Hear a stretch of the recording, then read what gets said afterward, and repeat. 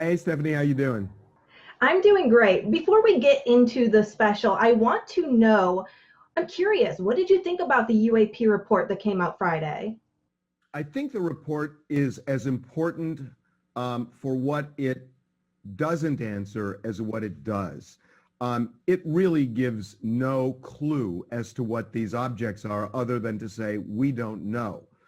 I think that's really important because what we spend time in the report doing, what we spend time on our special doing, is we're looking at the five possibilities they say this could be, from U.S. technology, foreign adversaries, a natural phenomenon, uh, airborne clutter, and other. And what you're going to hear in this show is you're going to see one by one a Harvard scientist, senators, former Navy pilots. You're going to see former Pentagon officials and others knock these down one by one. And then you're going to see what you're left with, and you're going to have to deal with it. But what the report does say that's important is that as long as we don't know, this is a national security threat because there are objects swarming our military ships every day, not to mention what goes on outside of the military, just with our military ships. Every day, they're in the air around our Navy pilots. God forbid one of these things either strikes a commercial airliner or an airliner hits it, because they are all over the sky and they are bizarre. And, you know, going from 80,000 feet in the air to sea level in a second and a half, hypersonic speeds, breaking the sound barrier without sonic booms, and no wings, no exhaust, no skin the way we know it. There is something going on that we need to know. And until we do, this is a threat to our country.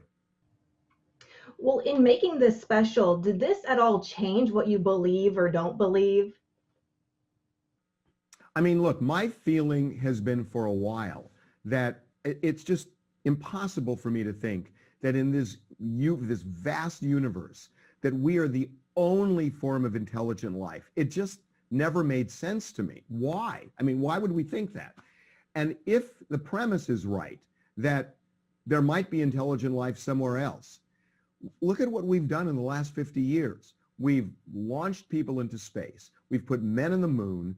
We have explored Jupiter, and we have, rather Saturn and, no, excuse me. We've explored Jupiter and Pluto, and we're going toward interstellar space. And so if we can go in that direction, why can't somebody maybe with an intelligent life form that maybe is 1,000 years advanced from us, why couldn't they go in that direction? It's the same principle. So, you know, I think we have to open our eyes and our minds to something that is paradigm changing.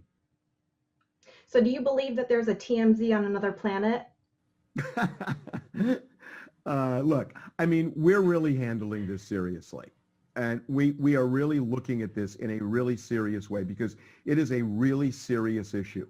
And, you know, the military has tried to ruin the lives of some people in the military who have dared just to ask questions and speak out about this. And we talked to some of them, but literally and aggressively tried to ruin their lives. And this report actually acknowledges that, which I was shocked by. If there's anything that shocked me, it was that. And they said, look, we have got to stop this retaliation against people who speak out. We have to do the opposite and encourage people to come forward. That may be the biggest thing that comes out of this report. And of course, you can watch this UFO special Tuesday nights on Fox. Harvey, thank you again for talking with me. My pleasure.